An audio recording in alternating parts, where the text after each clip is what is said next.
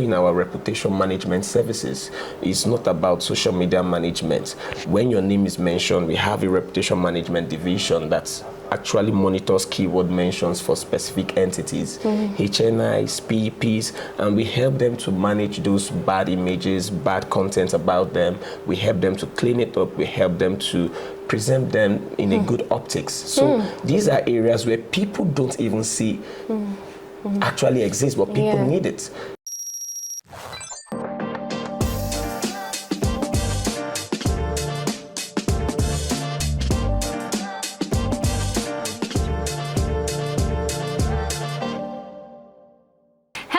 And welcome to a new episode of Connect, brought to you by Crypto Street TV, where we bring you interesting and very engaging conversations from blockchain technology to cryptocurrency to finance, business, technology, innovation, and you name it. Today, I'll be having a really great conversation with an individual that is really experienced in the tech space.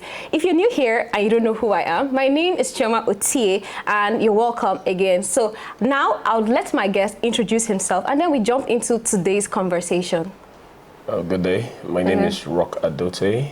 I'm the Managing Director and Chief Executive Officer of Havosoft International Limited. Thank you.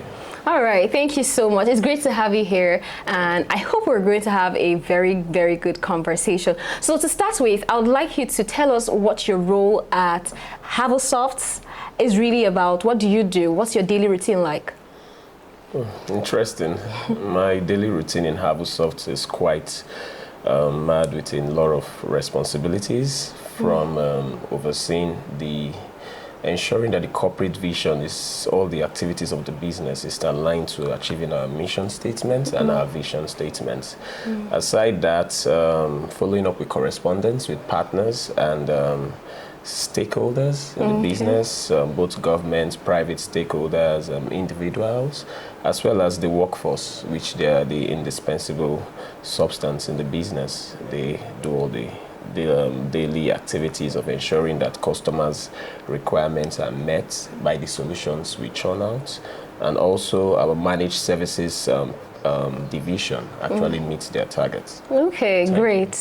Thank you so much for that.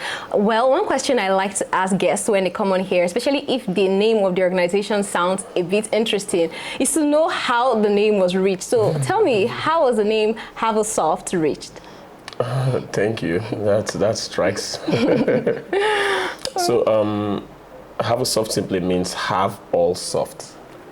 Have all soft. So it's just Havosoft. Oh. Yeah, so I don't think there's anything you need in corporate Nigeria when it comes to we have predicted that information technology is going to be an enabler for vital business operations and government operations now and in the future. Yes. So for that reason, if infotech is going to play a critical role, it's going to start with the tools, your tooling, your tool sets, your softwares, not majorly your hardwares, like what we are seeing. We are seeing transition from buying a physical server to cloud operating systems. You don't need to buy a high-end laptop for you to get things done, except you're in specific industries like the media, graphic designs.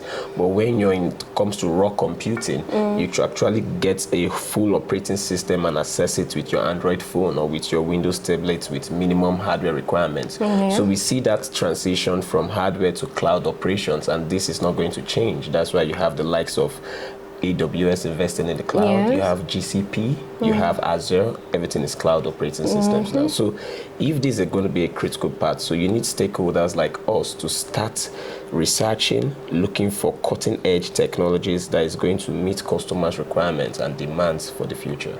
Thank you. That's a lot. I mean, it says a lot to what you do, but then I'm still curious to know your why, because I mean, you've said a lot already, but then to make it more concise and succinct, I would like you to tell us why Havosoft International Limited was really created. What problem are you really solving, and what made you start? Okay. So basically, it's born out of experience and more importantly, passion. Okay. You know, once you pursue things with passion, it doesn't seem like work. It just seems like something you do. That's true. And you grow in it. So when people see me in the office till like 2 a.m. and they're like, "Don't you have a life?" And I'm like, I'm doing my hobby. I'm researching. Yes. I'm not into real estate. I'm heavily into what I do, and God has been very supportive to me.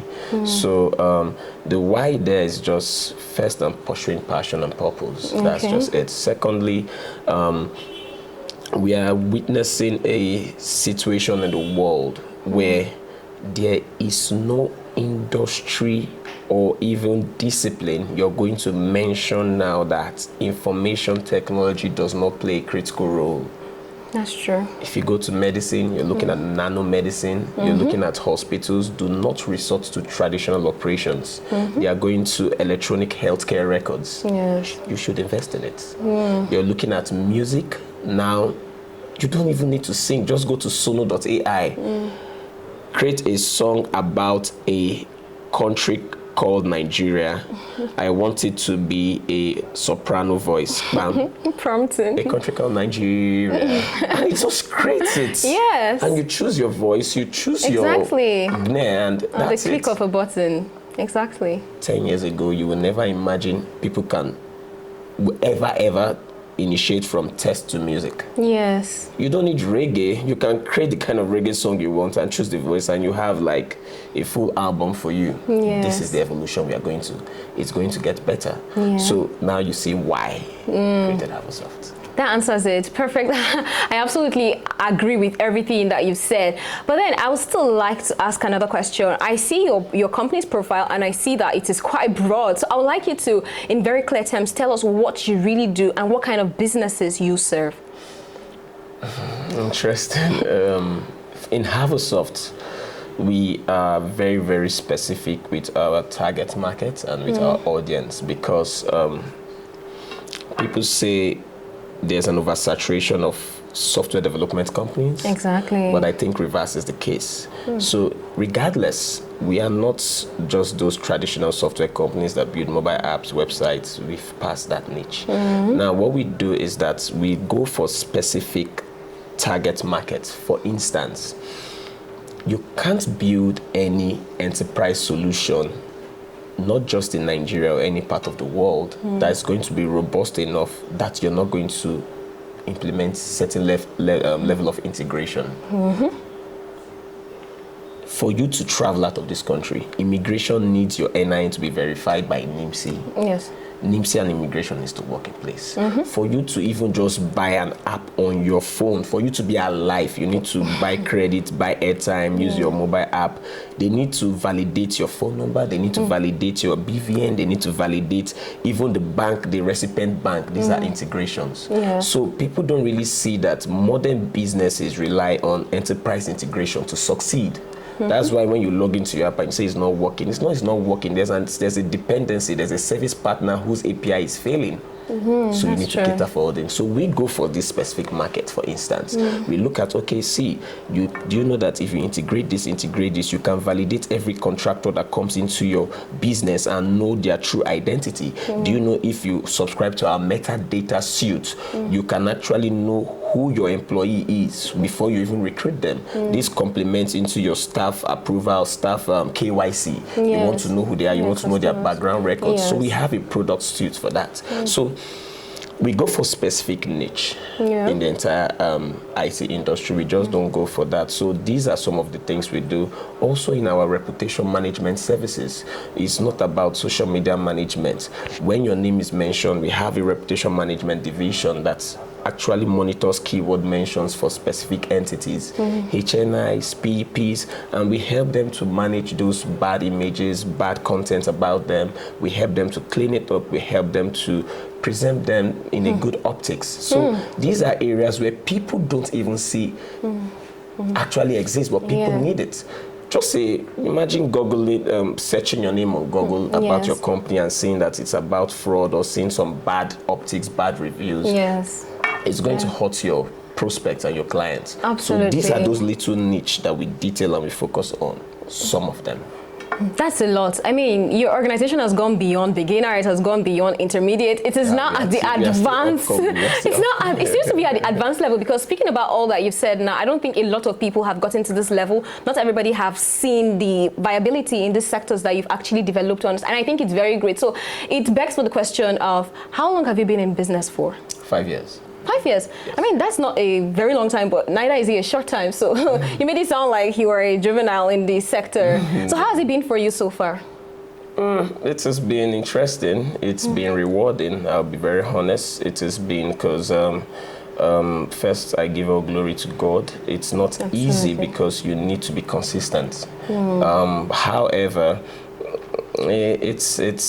I don't think Havosoft is not known by first any presidents that have served in this country in the past 3 years. I don't think we've actually had the opportunity to train the 2 financial apex regulators in the country, both CBN, both NDIC. I personally have handled their cybersecurity awareness. So these are robust opportunities. And when people say Nigeria does not present those opportunities, I don't know how it doesn't. Because first you have brain drain, the best that live in the country. So you have a pool of needs that people need to fill up. Yes. So the experience has been rewarding. It has not been easy. One of our cornerstone is the grace we have and the passion we have in researching. So research is key. In Havosoft, even though you go to our online page, you're going to see our teams. We invest so much in new technologies, not just adopting them, but understanding what works for you, what fits certain industries. And we recommend to our partners and customers that see, like we have an AI division. What they do is they send weekly reports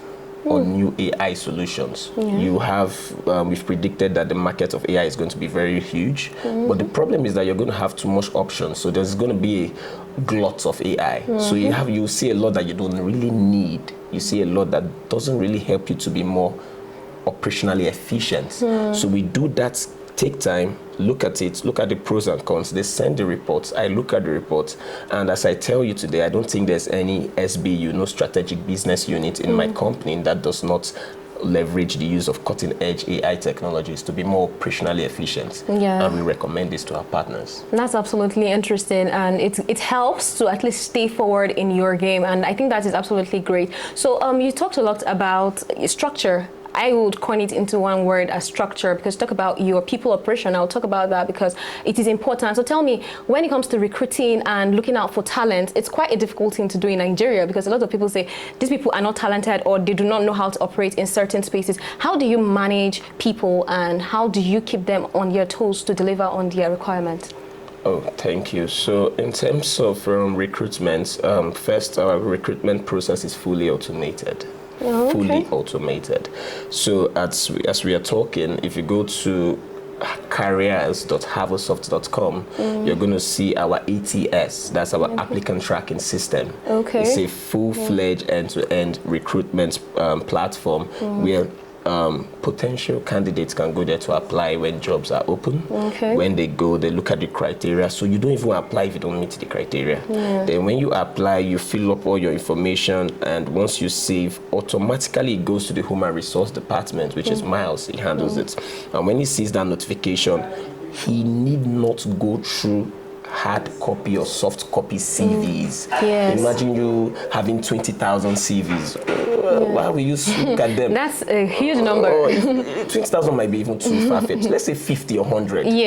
Then you want to get all the requirements, SWM, WAEC, Masters, BSc. You look at the certifications, skill sets, experience level. But when you create an ATS where you can fill all these things, you just have a data table where you can sort. I want to see your master's degree holders. It just show you the names. I want to see your BSc holders. I want to see all this experience level because the candidates has already filled it. So it is fully automated. Then the interview scheduling is fully automated. We have a platform for that internally. We are that efficient in that. When it comes to managing the people, it's all about the culture you create as a business. It's all about the culture. I know my social media leads, they will tell me, sir, we need to make our social media more jazzy. People need to see it's all about fun. And I'll tell them, please, work is work. Then later, I had to change that perception. When I see what our competitions are doing, then I see that when your social media page, for instance, depending on the market you want for yourself, is actually engaging. You know, see, people will come to you naturally. Obviously. People will come to you when they say work, play, they say create some creative things. And since then I said, okay, I will invest in this. Give me your bills, your schedules, and I'll pay. So we got all the things, and since then we've been seeing more hits. Exactly. Yeah, we've been seeing more hits. So that is it depends on the culture. Then one thing we don't joke in Havosoft is our policies and our processes. Okay, that's also from important. Staff attendance to how you work by when it's an hour to the close of business. Everybody updates their task on the enterprise resource planning system with their time. You ensure that your task is, if it's pending, you change its status to pending. If it's completed, you justify it and attach an evidence. Is that a URL or what you've done? Then you have the human resource departments where you have the performance appraisal teams. They check these things and they see if you actually meet those deadlines. Yeah. So we have those processes, we have those policies on culture. We also promote team bonding. We meet our corporate social responsibility. We just came out from visiting the motherless babies home. Okay. So these are some of the processes. However, it's not easy to retain talent. We have that challenge. Of course, yes. It's not easy to retain talent. But what you do is, I don't know for others, but in Havosoft, we try to make the business and the people to marry. We marry the vision of the goals with our team vision. Almost every quarter, we ask our team members, where do you see yourself in 3 years' time? Employee wellness. Yes, do you like what you're doing? Great. Do you have any challenge? Some of my team members will say, I need some 3 days off. I just want to relax and just come back. I must say that all you've said is really great, and it's very reflective of the fact that you're a techie person, because it shows that, yes, a lot of tech resources have been put into this, and I think it will keep your workers on their toes in delivering their tasks. That's a lot, I must say. So well done on that. Well done. You're doing great. And I would like to know again, where do you operate in? Are you within Nigeria alone? And if alone in Nigeria, which states and how do you operate? We have effective presence in Lagos and Abuja. Oh, okay. Yes, please. That's great. So we are very close to concluding on this particular interview. It's been a nice time, I must say. So before I let you go, I would like to know, as much as you've talked about most of the progress that you've made and advancements and all of that, I know that you probably have been faced with certain challenges. So speak to me about that, about the challenges you faced and how you were able to surmount them. The challenges we experience in running a business in Nigeria is just typically those that any conventional business will face. Okay. But for us, we try to be more. We look at, like, there's something my finance department does. Okay.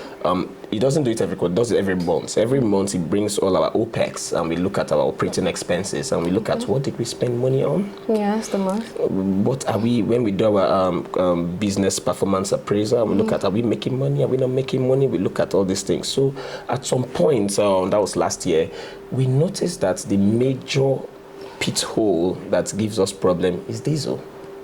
Power. So what did we do? We just calmed down, balanced our books, got an inverter that could power everything. So we're on 24 hours power. 24 hours power. We don't have any problem with power. When we looked at internet, we looked at, okay, internet plays a critical role in this team's operation. Yeah. What are we going to do? Should we keep paying 200,000 per day, per month? We just went for Elon Musk, Starlink. And since we had that, we got a good bandwidth, and that's all. So, Great. So those critical areas of the business that is going to hamper productivity and efficiency, we just let them down. So the next thing is just normal operations, OPEX. So the entire point is we drive our OPEX low to make more money. That's just what we do. So that's the challenge that we had. In terms of businesses, the thing is, you cannot still overemphasize on the currency, on the economy. It's like operating in a well-watered garden and operating in the desert, or operating in a less watered garden. Yes, the differences is going to be evident. So when you work so much and when you want to pay for a subscription or you want to make certain decisions, and Naira will humble you. So, obviously, you're operating in Nigeria. Yes. It's like now subscriptions we pay to our service providers in dollars. Something we pay $1,000. Now it's $4,000. I mean, these are not things that within our power. So those are just conventional. Yes. But aside from that, I think Nigeria is the best place to work for a tech company, especially now. Why? Because if you look at the direction of the government and the economy, there is no MDA that is not that technology does not enable their vital and most critical operations. There is none, from national port authorities to the National Assembly. They're integrating tech, they're using tech. So this would naturally create the need for more service providers, local service providers, if not, we even pay more to bring expatriates. Nigeria has the pool. It's like cybersecurity. Yes. When people say Nigerians they're hackers, they do this, you just have talents beating your systems, finish. That's just it. So why don't you retain these talents, culture them, give them the enabling environment, and you will see just the way Indians, if you look at almost all the top 10 biggest companies, tech companies in the world, they are run by Indians. Sure. Microsoft. Sure. All Indians. Most of them are Indians. Do you understand? So Nigeria has the pull when it comes to cybersecurity, and that's one of our most critical forte. So that's those the challenges and the opportunities. Yes, I mean, it's very radical to say that Nigeria is one of the best places to run a technological business, but since you say it, I totally agree with you. And I think I'll be very unfair if I do not ask this last question. That was meant to be my last question, but I just want to ask one more question. Seeing your wealth of experience and hearing all that you've said, I'd like you to give some words of advice to our viewers who intend to start a business in this line or in this industry. Tell them what they need to know, starting off, maintaining their businesses and growing. In Nigeria, if you want to start up your business in the tech industry, the first thing you need to do first is to do your research very well. Yes. Once you do your research very well, I don't think you're going to have a problem. And you have to pursue your purpose before pursuing aesthetics. So some people most times pursue big buildings, cars, those aesthetics. You pursue the most critical parts of those enabling factors that will make you retain and become more consistent, because if not, you're just going to have a business that is going to be short-lived and you're out of the market. Feels like what? Yes. So for instance, you don't want to go into the tech industry and want to start pursuing government contracts when you don't even have critical stakeholders that is going to speak in for you in your back. Yes. When you don't even have you don't even have capacity.